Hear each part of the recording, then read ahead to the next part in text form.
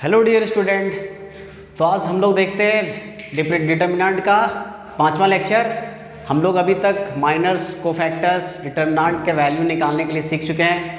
चलिए आज हम लोग देखते हैं, बहुत ही इंपॉर्टेंट टॉपिक है, that is properties of determinant. इससे सवाल हमेशा एग्जाम में आता है, चाहे कोई भी एग्जाम हो, आईआईटी हो या बोर्ड हो। बोर्ड में तो फिक्स है कि 4 नंबर का क्वेश्चन इसी से आता है। क्या चीज़ से? Properties of determinant. आपको क्या क्वेश्चन में बस इतना ही लिखा रहेगा, evaluate the value of determinant by using the properties. या तो क्वेश्चन में कैसे लिखा रहेगा, विदाउट एक्सपेंडिंग। हम लोग देखिए एक्सपेंड कर देंगे कोई भी डिटर्मिनेंट, जैसे 3/3 का ही पूछेगा, 2/2 में तो इसमें पूछेगा नहीं प्रॉपर्टीज वाला। 2/2 तो बहुत ही आसान होता है। तो 3/3 में अगर डिफिकल्ट टाइप का जब भी दिया रहता है तो हम लोग डायरेक्ट भी एक्सपेंड करेंगे तो आंसर तो आ जाएगा, लेकिन बहुत लेंदी प्रोसेस हो जाएगा। ठीक है, तो इस टाइप के डिटर्मिनेंट का वैल्यू हम लोग with the help of properties जब निकालेंगे तो हो सकता है कि 3, 4, 5 स्टेप में मेरा आंसर आ जाएगा। और नहीं तो आप एक्सपेंड डायरेक्ट करोगे तो भी आंसर कभी कभी इजीली आ जाएगा, लेकिन फिर भी क्वेश्चन में क्योंकि लिखा रहेगा कि with the help of properties या फिर विदाउट एक्सपेंडिंग, इसका मतलब है कि आपको प्रॉपर्टीज अप्लाई करना है। क्लियर है? तो हम लोग देखते हैं, आज हेडिंग डालिए क्या चीज़, properties of determinant. Properties of determinant. Properties का मतलब क्या हो गया? गुण हो गया है ना। क्या क्या गुण होता है क्या चीज़ का? डिटर्मिनेंट का। Properties of determinant. चलिए तो 1 बाय 1 करके देखते हैं हम लोग प्रॉपर्टी।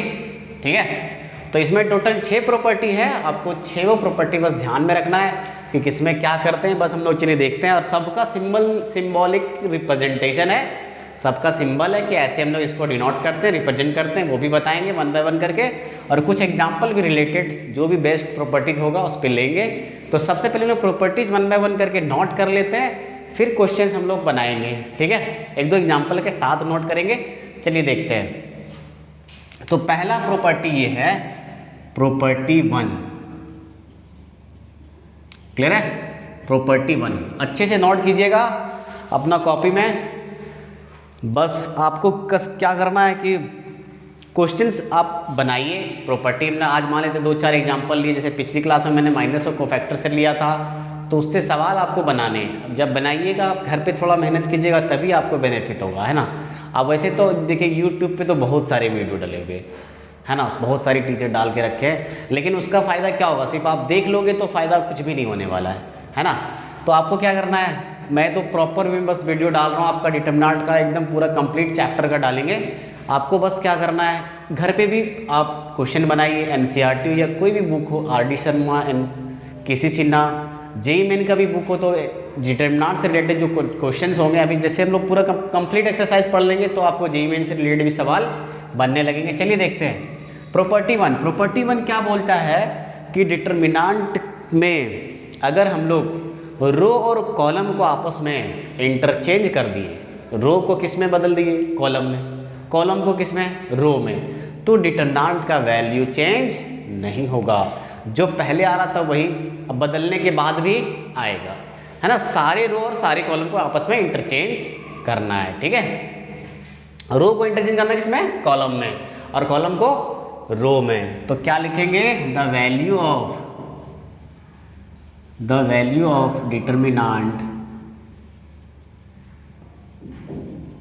remains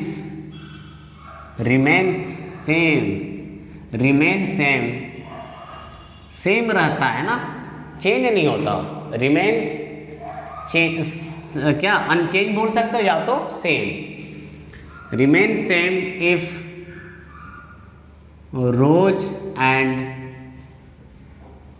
कॉलम्स आर, क्या चीज? एक वर्ड है इंटरचेंज। इंटरचेंज का मतलब क्या होता है? अदला बदली। अदला बदली कर दो किसका? अगर आप रो को बदल दो किस में? कॉलम में। और कॉलम को बदल दो किस में? रो में। इसको बोलते हैं अदला बदली करना, है ना। तो अगर ऐसा हो रहा है तो डिटर्मिनेंट का वैल्यू चेंज नहीं होगा। जैसे फॉर एग्जांपल कहने का मतलब ये है कि अगर मान लेते हैं हम लोग डेल्टा ले रहे हैं, क्या चीज़?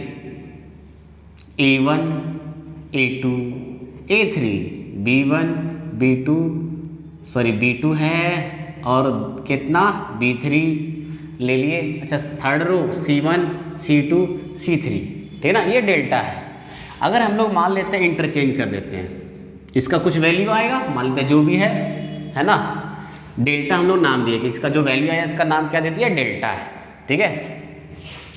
अगर आप डेल्टा 1 कर रहे हो, अगर if row and columns, rows and columns are interchange, columns are interchange, हम लोग बदल दे रहे हैं ना, इंटरचेंज, ठीक है। तो इसको देखो सिंबल कैसा दर्शाते हैं, यानी RI इंटरचेंजेस टू क्या चीज़, CI, किसमें RI इंटरचेंज कर दे रहे किसमें, CI, ये सिंबल है इसका दर्शाने का, ठीक है। तो सिंबॉलिक रिप्रेजेंटेशन ये है, सिंबॉलिक रिप्रेजेंटेशन, इस प्रॉपर्टीज का सिंबॉलिक रिप्रेजेंटेशन क्या है, RI changes to CI and CI changes to RI।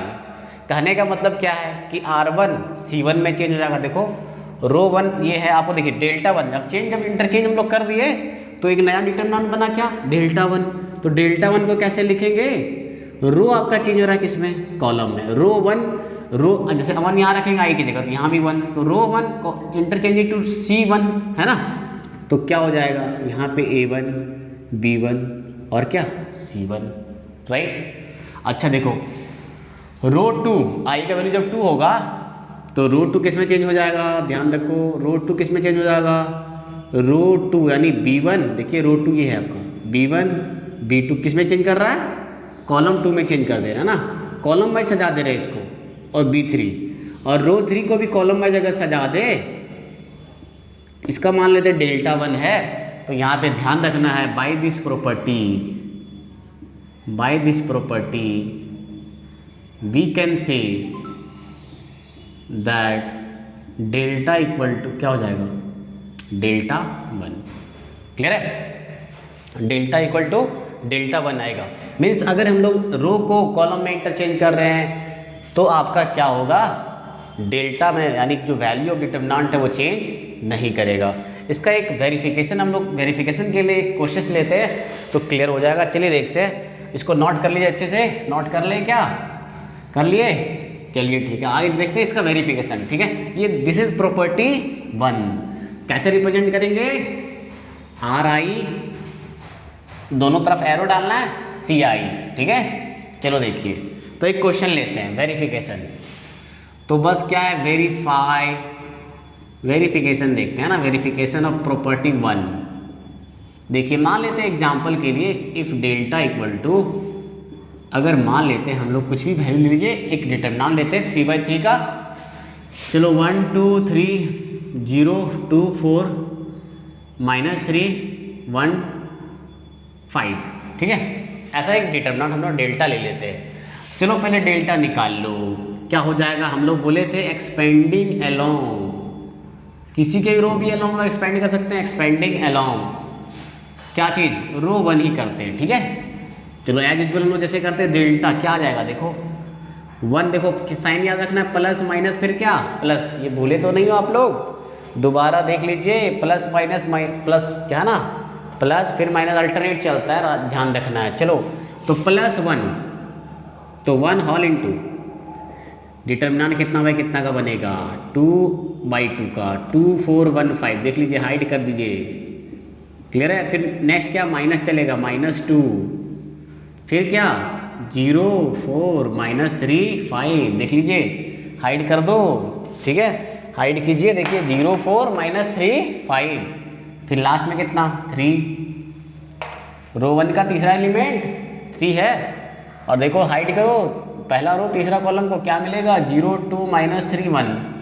चलो फाइंड आउट कर लो डेल्टा कितना आ जाएगा, 2 5 जा कितना 10, -1 × 4, माइनस देखिए 2 है, 5 × 0 0, माइनस क्या हो गया, प्लस हो गया, 3 × 4 12 हो गया, 0 × 1 0, माइनस क्या प्लस, ओवरऑल देखिए आंसर कितना आ जाएगा, डेल्टा इक्वल टू यहाँ से 10 - 4 6, और यहाँ पे देखो 2 × 12 कितना हो गया -24, और प्लस 6 दिया कितना 18, चलो -24 + 6 कितना आ जाएगा?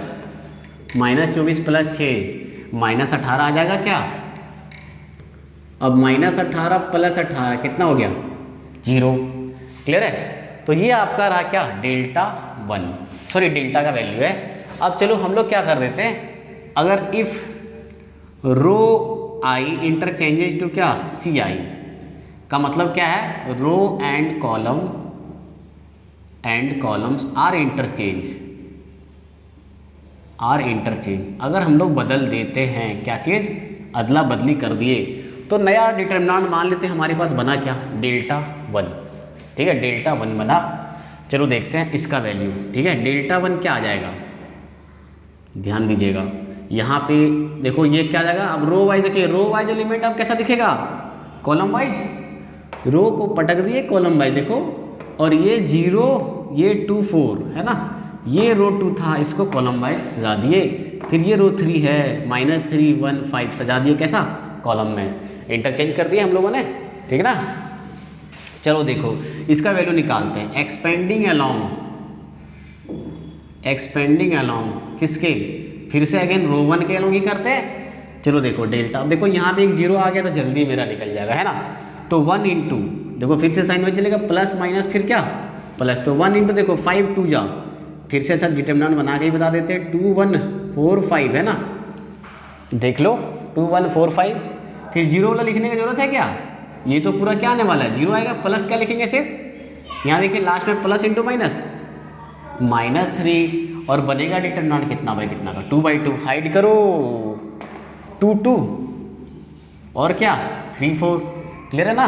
तो डेल्टा कितना आ जाएगा? 2 × 5 कितना आएगा? 10 -4 और -3 गुना देखो 4 दूना 8 3 दूना 6, देखो 10 - 4 6 और 3 × 8 - 6 2, तो 6 - 6 आंसर क्या आया? 0। देख लीजिए आपका डेल्टा बराबर हो जा रहा है किसके? Δ1। तो प्रॉपर्टी 1 वेरीफाइड हुआ कि नहीं? क्या हो गया? Verified. Property 1 is verified. P1 क्या कर दिए हम लोग? वेरीफाइड कर दिए। तो ध्यान रखना क्या कि रो को कॉलम में और कॉलम को रो में इंटरचेंज कर दोगे, वैल्यू ऑफ डिटरमिनेंट चेंज नहीं होगा। क्लियर है? चलिए आगे देखते हैं, इसको नोट कर लीजिए अच्छे से। ठीक है, चलिए देखते हैं। तो पहला प्रॉपर्टी क्लियर हो गया। चलिए ठीक है, आगे बढ़ते हैं। तो इसमें कुछ नोट कर लेते हैं। अब देखो कॉलम और रो को इंटरचेंज करने का मतलब क्या हुआ? अगर एक मैट्रिक्स आपका ए है, मान लेते हैं, लेट ए बी अ कैसा matrix? A square matrix. Then बस ध्यान रखना है ए डैश का डिटरमिनेंट बराबर हो जाएगा किसके? ए का डिटरमिनेंट। क्लियर है? समझ में आ गया? क्योंकि स्क्वायर मैट्रिक्स का क्या निकलेगा? डिटरमिनेंट। और अभी हमने क्या बताया? ए डैश का मतलब क्या होता है? ए डैश का मतलब क्या होता है? इसका ट्रांसपोज। किसका? ए का ट्रांसपोज। क्या चीज़? ए का ट्रांसपोज। और ट्रांसपोज का मतलब क्या होता है? यही तो होता है, रो इंटरचेंज कर जाता है किसमें? कॉलम में। अगर रो को कॉलम में इंटरचेंज कर दिए तो ए से क्या बन गया? ए डैश। और हमारा प्रॉपर्टी 1 क्या बोलता है कि रो को कॉलम में इंटरचेंज करेंगे तो वैल्यू डिटरमिनेंट चेंज नहीं करेगा। तो ध्यान रखना है कि ए का ट्रांसपोज का डिटरमिनेंट लो या तो ए का डिटरमिनेंट लो, बात क्या है? एक ही है। क्लियर है? चलिए नोट कर लीजिए इसको। नेक्स्ट हम लोग देखते हैं क्या? Property number 2। Property number 2। ठीक है, चलो देखिए नेक्स्ट लिख लीजिए प्रॉपर्टी। चलिए प्रॉपर्टी नंबर 2।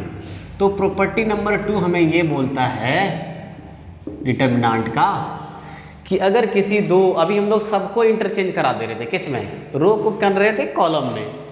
अगर सेकंड प्रॉपर्टी ये है कि किसी भी दो रो या कोई दो कॉलम, कोई दो रो या दो कॉलम को आपस में इंटरचेंज करें तो वैल्यू ऑफ डिटरमिनेंट का आएगा तो सेम, मैग्नीट्यूड तो सेम रहेगा, लेकिन डिफरेंस हो जाएगा क्या चीज़ का? साइन का। अगर पहले प्लस आया था तो माइनस आएगा, अगर पहले मान लेते हैं +20 आया तो -20 आ जाएगा। अगर रो 1 को रो 2 में चेंज किए या रो 2 को रो 3 में इंटरचेंज किए, यानी कोई भी दो रो को आप इंटरचेंज कर दोगे या कोई दो कॉलम को आपस में इंटरचेंज करोगे तो वैल्यू ऑफ डिटर्मिनेंट का साइन जो है वो चेंज हो जाएगा। क्लियर है? चलिए इसको लिख लेते हैं। क्या चीज़? If any two rows and और लिखेंगे ना, और कॉलम्स, एनी टू रो बोले या टू कॉलम्स आर इंटरचेंज, अगर हम लोग क्या कर रहे हैं, इंटरचेंज कर रहे हैं कोई भी दो रो या दो column of a determinant, then value sign of determinant gets change. मतलब क्या, पहले प्लस है तो किस में चल जाएगा, माइनस। अगर पहले माइनस आया था तो किस में चल जाएगा, प्लस। क्लियर है? यानी क्या, लगाने के बाद क्या चीज़, प्रॉपर्टी लगाने के बाद चेंज क्या होगा, प्लस पहले आया था तो डेल्टा 1 जो आएगा वो बस जस्ट माइनस हो जाएगा, है ना। पहले 20 आया तो अब -20 आएगा। अगर पहले -20 आया था और तुमने कोई भी दो रो या दो कॉलम को इंटरचेंज किया तो वैल्यू अब -20 आएगा। बस इतना ही फ़र्क होगा, है प्लस और माइनस का। इसका सिंबॉलिक रिप्रेजेंटेशन कैसा होगा, सिंबॉलिक रिप्रेजेंटेशन इस प्रॉपर्टी का, इसको ध्यान रखना है, क्योंकि हम लोग जब सवाल बनाएंगे तो उतना लंबा थोड़ी ना लिखेंगे कि इफ़ एनी टू रोज, है ना, क्योंकि इंग्लिश लिटरेचर का क्लास तो है नहीं भैया। हाँ, तो हम लोग लिखेंगे मैथ्स की भाषा में लिखेंगे। कैसे लिखेंगे? सिंबॉलिक रिप्रेजेंटेशन कैसा होगा कि आर आई आपका इंटरचेंज हो गया किस में, एक एग्जांपल लेते हैं आर जे से, R1 का दूसरे से करेंगे, आर जे मान लेते हैं ना। या तो अगर कॉलम वाइज कर रहे हो तो सी आई इंटरचेंज टू सी जे। जैसे फॉर एग्जांपल आप इंटरचेंज कर दो R1 को किस में कर सकते हैं, R2 में। इसका मतलब क्या हुआ, ऐसा अगर लिखे तो R1 चेंज कर जा रहा है R2 में, R2 चेंज कर जा रहा है किस में, R1 में। ठीक है, इंटरचेंजिंग करा रहे हैं। अगर इसमें देखो C1 को आप चाहो तो C3 के साथ करा लो और C3 किस में चल जाएगा, C1 में। ठीक है, उसके एलिमेंट को कॉलम 1 वाला एलिमेंट सबको पटक दो कॉलम 3 में और कॉलम 3 वाले सारे एलिमेंट को कॉलम 1 में। तो ये सिंबॉलिक रिप्रेजेंटेशन है प्रॉपर्टी नंबर 2 का। क्या चीज़ का अंतर आएगा प्रॉपर्टी लगाने के बाद, सिर्फ प्लस की जगह माइनस हो जाएगा, माइनस की जगह प्लस हो जाएगा। क्लियर है? चलिए देखते हैं, एक एग्जाम्पल समझते हैं। मतलब क्या, हमारे कहना मतलब क्या है कि अगर डेल्टा मान लेते हैं, हम लोग लिख रहे थे A1 B1 C1 A2 B2 C2 और क्या A3 B3 C3 अगर लिख रहे हैं, और हम लोग अगर प्रॉपर्टी लगा दिए, क्या चीज़, प्रॉपर्टी लगा दिए, मान लेते R1 इंटरचेंज कर गया R2 में, तो नया डिटर्मिनेंट बना डेल्टा, तो ये आ गया A1 B1 C1 इंटरचेंज कर रहे हैं ना भाई, तो A2 चल जाएगा ऊपर और ये B2 चल जाएगा कहाँ, ऊपर, और ये C2 चल जाएगा ऊपर, है ना। कॉलम रो 2 वाला आपका चेंज कर किसमें चल गया, रो 1 में, जैसा हम लोग कर रहे हैं यहाँ पे। चलिए देखिए, अच्छा ये किस में आ जाएगा, यहाँ पे A1, यहाँ पे कितना B1, फिर C1, रो 1 वाला एलिमेंट को रो 2 में, रो 2 वाला एलिमेंट को रो 1 में, और ये A3, इसमें हम लोग कोई चेंज नहीं कर रहे हैं ना, ध्यान रखना है। तो ये नया डिटर्मिनेंट तो बना, लेकिन ये बराबर होगा किसके, माइनस ऑफ जो पहले डिटर्मिनेंट था उसके नेगेटिव साइन के बराबर आ जाएगा। क्लियर है? ये हमारा प्रॉपर्टी नंबर 2 बोलता है। क्या बोलता है? किसी भी दो रो या किसी भी दो कॉलम को आपस में इंटरचेंज करेंगे तो वैल्यू तो वही दिखेगा, मैग्नीट्यूड सामने जो दिख रहा है वही दिखेगा, लेकिन साइन चेंज हो जाएगा बस। ठीक है, चलो नेक्स्ट हम लोग देखते हैं नेक्स्ट प्रॉपर्टी क्या बोलता है। प्रॉपर्टी नंबर क्या, प्रॉपर्टी नंबर, एक बार देखिए इसका भी एक बार वेरिफिकेशन कर लेते हैं, क्या ज़्यादा अच्छा रहेगा, एक बार वेरिफिकेशन कर लो। चलो देखते हैं वेरिफिकेशन ऑफ प्रॉपर्टी नंबर 2। तो समझना वेरिफिकेशन कैसे हुआ ऑफ P2 यानी प्रॉपर्टी नंबर 2।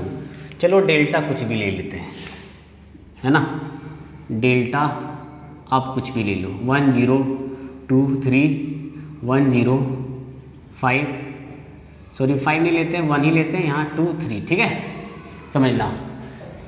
तो डेल्टा कितना आ जाएगा, एक्सपेंड कर देते हैं एक्सपेंडिंग अलोंग, किसी के अलोंग कर लो, R1 के अलोंग करते हैं, डेल्टा कितना आ जाएगा, चलो देखो क्या आ जाएगा यहाँ, प्लस फिर क्या माइनस फिर क्या प्लस, 1 इंटू क्या आ जाएगा देखो, 1 इंटू 3 माइनस 2 इंटू 0 कितना आ गया 0, और यहाँ माइनस 0 ला लिखेंगे क्या, नहीं लिखेंगे, तो -0 समथिंग 0 लिख दो यहाँ, ठीक है, यहाँ जो भी आया, प्लस क्या देखो +2 होल इंटू क्या आ जाएगा देखो, 3 इंटू 2 6 माइनस 1 इंटू 1, डेल्टा क्या आ जाएगा 3, और ये तो पूरा 0 हो गया, अब प्लस 2 इंटू 6 माइनस 1 5, तो 3 प्लस कितना हो गया 5 दूना 10, दैट इज कितना 13, ठीक है।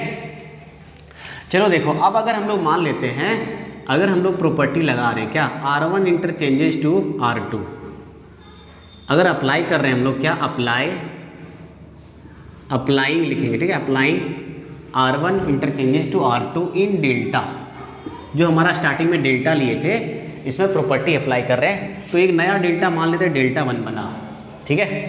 चलिए देखते हैं, तो R1 को इंटरचेंज कर रहे हैं किसमें, R2 में, आपका 310 ऊपर चला गया, और अबर क्या आ जाएगा 102, देखिए रो 2 वाला एलिमेंट को रो 1 में लिख दिए, रो 1 वाला एलिमेंट को रो 2 में लिख दिए, और ये आपका कौन सा रो है, रो 3 है, क्लियर है। चलिए देखिए, तो इवेल्युएट कैसे करेंगे, एक्सपेंडिंग अलोंग, फिर से किसके अलोंग करते हैं, रो 1 के अलोंग ही करते हैं, क्योंकि उसमें नंबर ऑफ 0 देखो 1 है ना, तो जल्दी फाइंड आउट हो जाएगा, है ना। तो चलिए फिर से वैसे निकलेगा, डेल्टा 1 कैसे निकलेगा 3, देखो यहाँ प्लस फिर माइनस क्या प्लस, अब देखो मैं डायरेक्टली 2/2 का नहीं बना रहा हूँ, आप समझ जाना है ना, जिसको दिक्कत हो रहा है प्रीवियस लेक्चर में जाइए और देखिए कैसे हम लोग फाइंड आउट कर रहे हैं।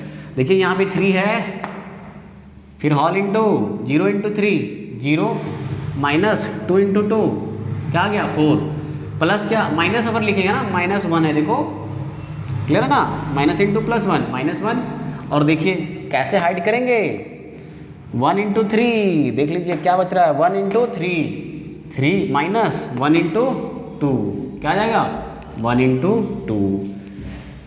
चलिए देखिए कितना आ गया 3 माइनस 4 कितना हो जाएगा, डेल्टा 1 इक्वल टू 12 हो जाएगा क्या माइनस में। अच्छा देखिए -1 3 माइनस 1 डेल्टा 1 बराबर फाइनली क्या आया आपके पास -13। एक बार ध्यान दीजिए, डेल्टा 1 आपके पास -13 है, और डेल्टा ओवरऑल आपके पास कितना आया था +13 है। क्या चीज़ का अंतर दिख रहा है, यहाँ प्लस है तो यहाँ क्या है माइनस है, क्लियर है। अगर यहाँ माइनस आ रहा था तो बस थोड़ा सा नहीं था, यहाँ पे प्लस हो जाता। तो बस ध्यान रखना है कि प्रॉपर्टी 2 लगाने पर बस साइन चेंज कर देना है, प्लस की जगह माइनस, क्लियर हो गया।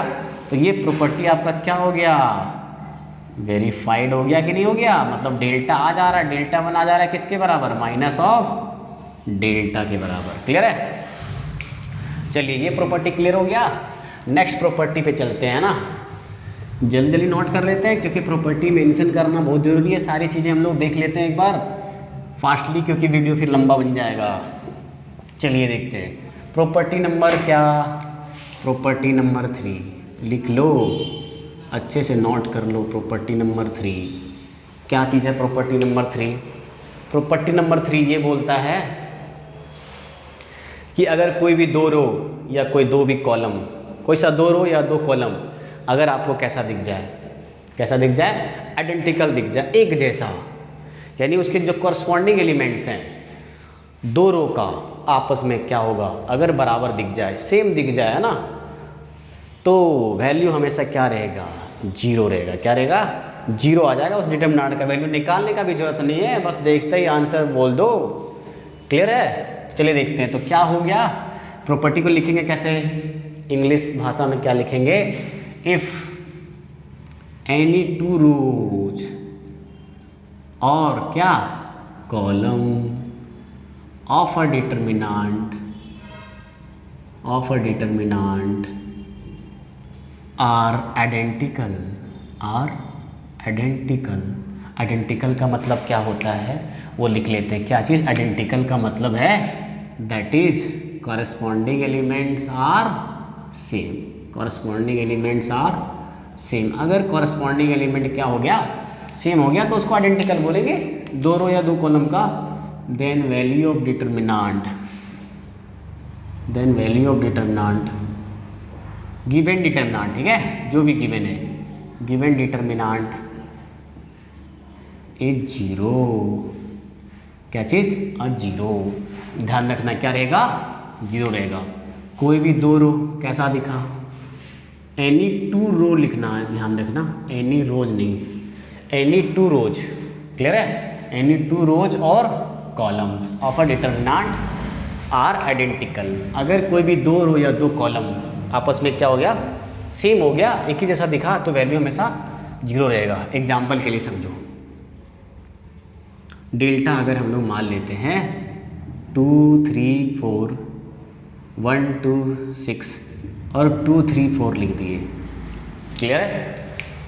तो एक बार ध्यान से देखो, इधर से आपको रो वाइज नज़र नहीं आ रहा है कि सेम है ना, लेकिन एक बार ध्यान से देखिए, आपका कॉलम वाइज देखो, कॉलम 1 और कॉलम 2 कैसा दिख रहा है? देखो कॉलम 1 एंड कॉलम 2, कॉलम 3 कैसा है? Are identical. कैसा है? आइडेंटिकल है। देखिए यहाँ पे भी 2 तो यहाँ भी 2, यहाँ 3 यहाँ भी 3, यहाँ 4 यहाँ 4, मतलब कॉरस्पॉन्डिंग एलिमेंट दोनों रो या दोनों कॉलम का कैसा है? सेम है। चूँकि C1 and C3 are identical, therefore delta equal to क्या हो जाएगा? जीरो। इसको प्रूफ करना है तो प्रॉपर्टी 2 से प्रूफ होगा। क्यों?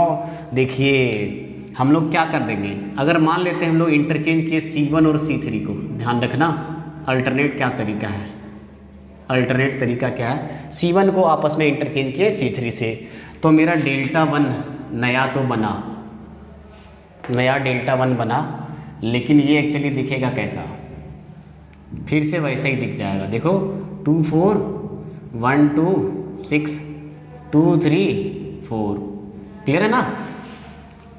अब ये देखो डेल्टा 1 हम लोग बोल रहे थे कि प्रॉपर्टी लगाने के बाद एक्चुअली ये किसके बराबर बन जा रहा है? डेल्टा। लेकिन हम लोग क्या जानते हैं कि माइनस डेल्टा के बराबर ही आ जाता है ना?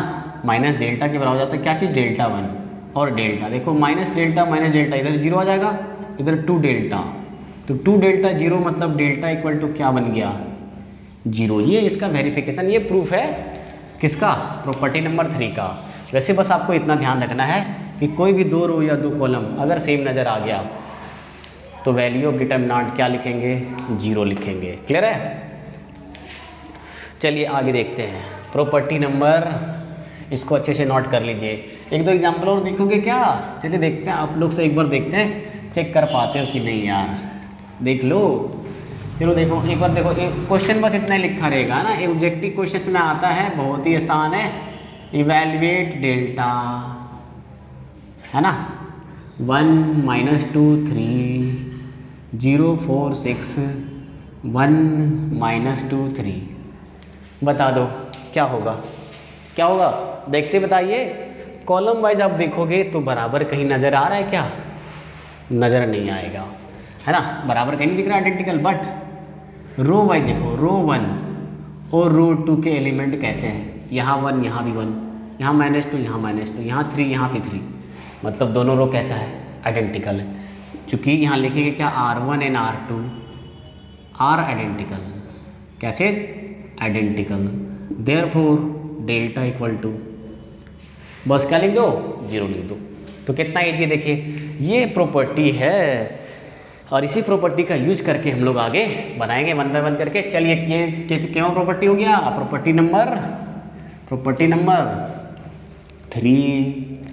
चलो प्रॉपर्टी नंबर 4, प्रॉपर्टी नंबर 4 ध्यान दीजिएगा। प्रॉपर्टी नंबर 4 क्या बोलता है? दैट इज P4 से हम लोग डिनोट करते हैं, मान लेते हैं। तो प्रॉपर्टी नंबर 4 ये बोलता है कि किसी भी डिटर्मिनेंट के कोई एक रो या एक कॉलम में कोई भी नॉन जीरो कांस्टेंट से मल्टीप्लाई करते हैं तो बस कुछ नहीं, मान लेते K है, K से अगर मल्टीप्लाई करते हैं किसी एक रो, कोई एक रो या कोई एक कॉलम में मल्टीप्लाई करते हो तो जो नया डिटर्मिनेंट बनेगा वो पहले वाले जो डिटर्मिनेंट था उसका K टाइम्स हो जाएगा। क्या चीज़? K टाइम्स हो जाएगा। क्लियर है? K टाइम्स हो जाएगा, ध्यान रखना है। चलो देखते हैं, तो प्रॉपर्टी कैसे लिखेंगे, if any one row of a determinant और column, if any one row और column of a determinant is multiplied by a non zero constant k, then the value of new determinant will be equal to k times value of previous determinant या given determinant। Clear है? तो क्या होगा, property कैसे बोलेंगे, the if any one रो, क्या चीज, any one row और कॉलम, कोई भी एक रो या एक कॉलम में, एनी वन रो और column of a determinant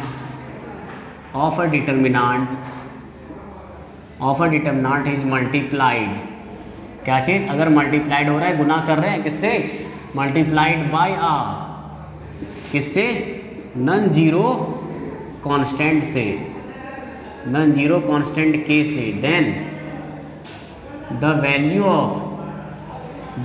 of new determinant, जो नया डिटर्मिनेंट बनेगा, new determinant is k times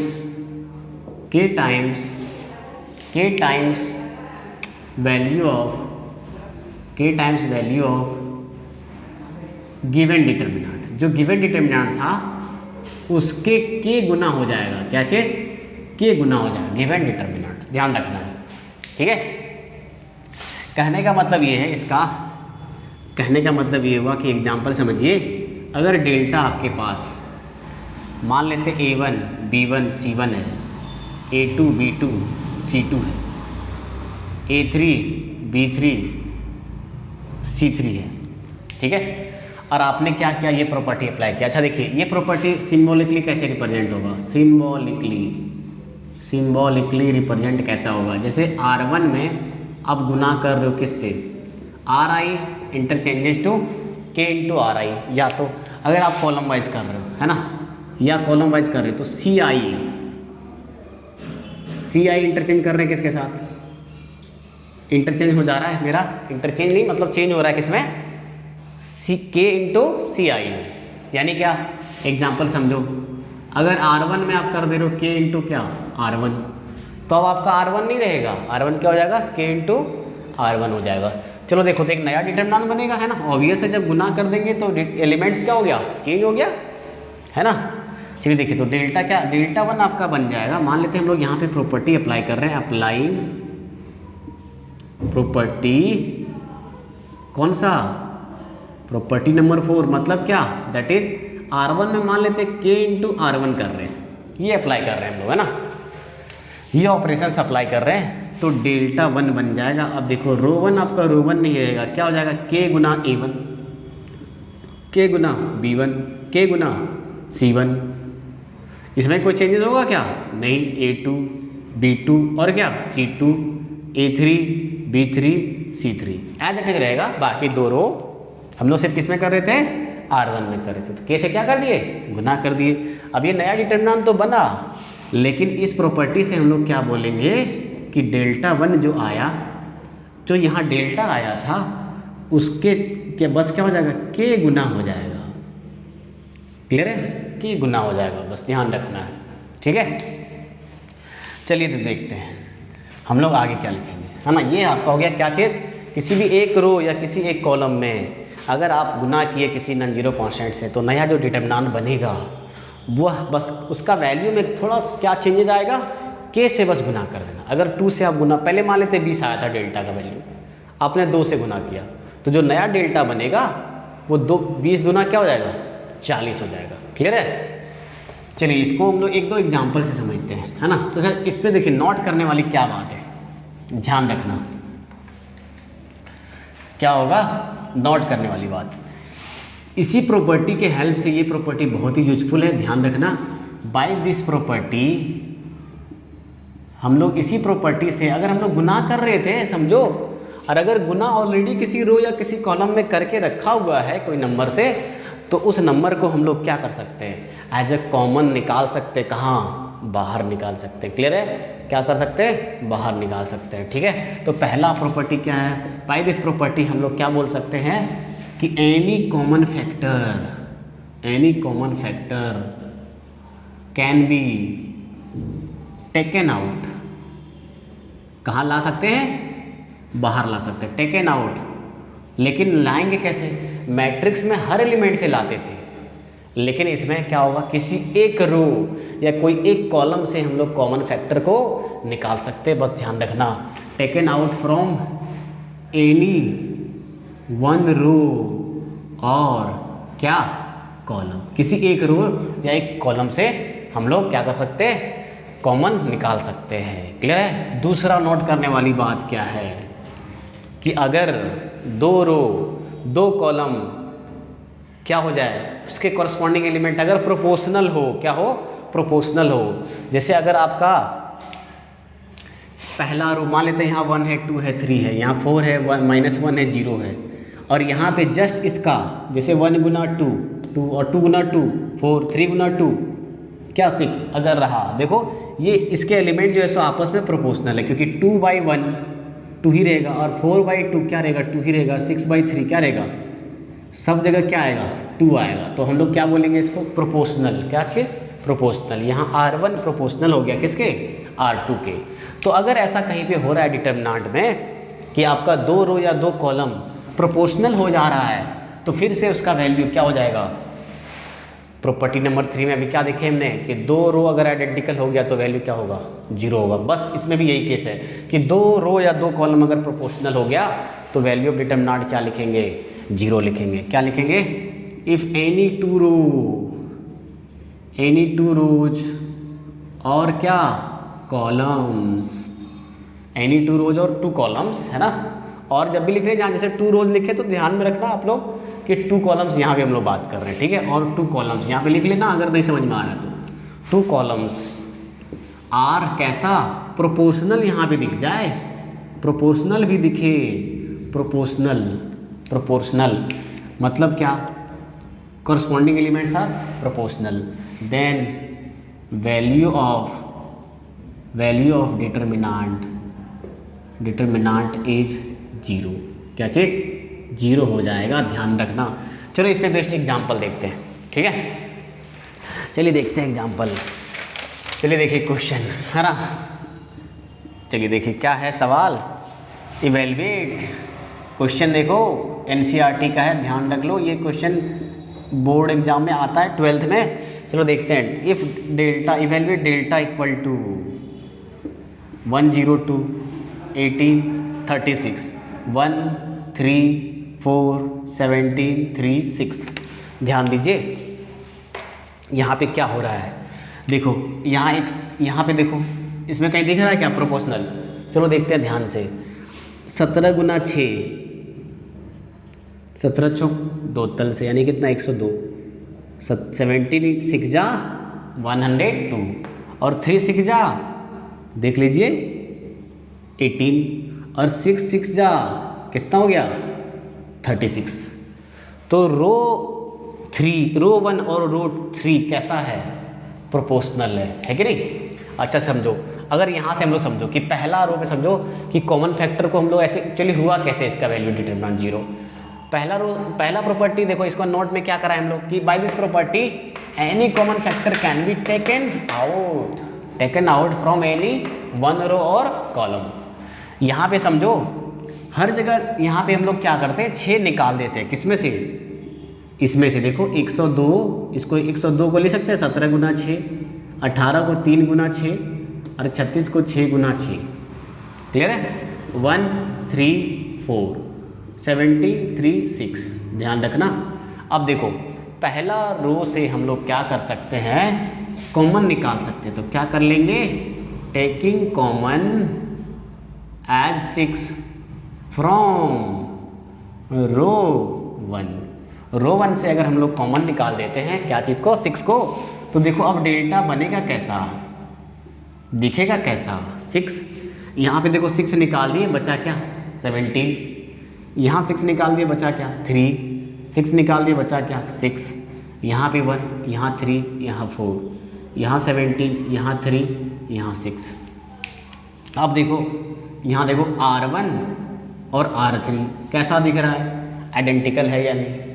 यहाँ चूँकि लिखेंगे R1 एंड R3 आर कैसा identical, therefore delta equal to 6 into 0, क्योंकि इसका वैल्यू क्या आ जाएगा, 0 आ जाएगा इसका, तो 6 इंटू 0 क्या आ गया, 0। अभी हम लोग प्रॉपर्टी नंबर 3 में तो देखें कि कोई दो रो आइडेंटिकल हो गया तो क्या आएगा, 0।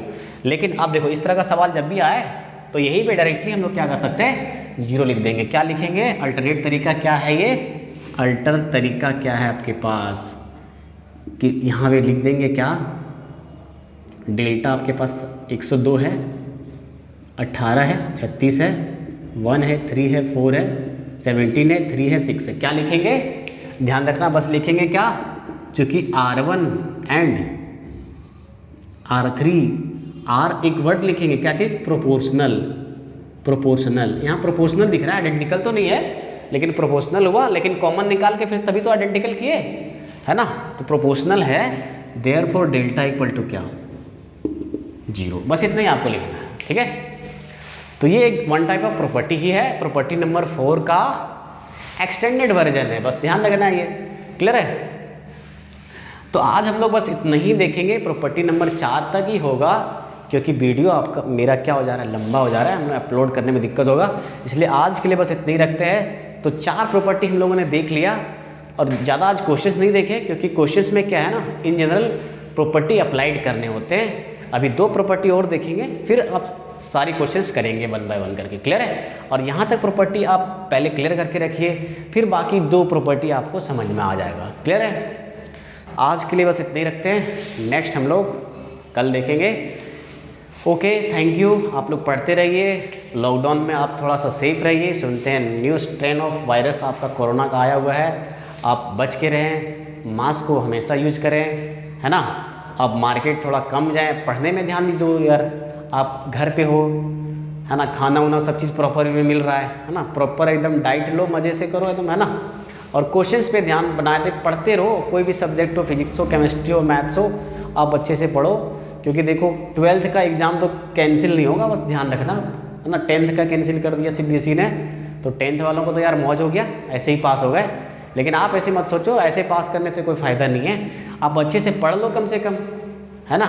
जो उस फ़ायदा किसको हुआ होगा, उसमें फ़ायदा तो वो सोच रहा है कि मेरे को फ़ायदा हो गया, रिजल्ट दे दिया, लेकिन एक्चुअली वो फ़ायदे में नहीं है, उसको बाद में दिक्कत होने वाली है, ऐसे ही पास कर जाएगा वो। बस आपको क्या करना है, सारे टॉपिक, सारे सिलेबस को अच्छे से पढ़ना है ना।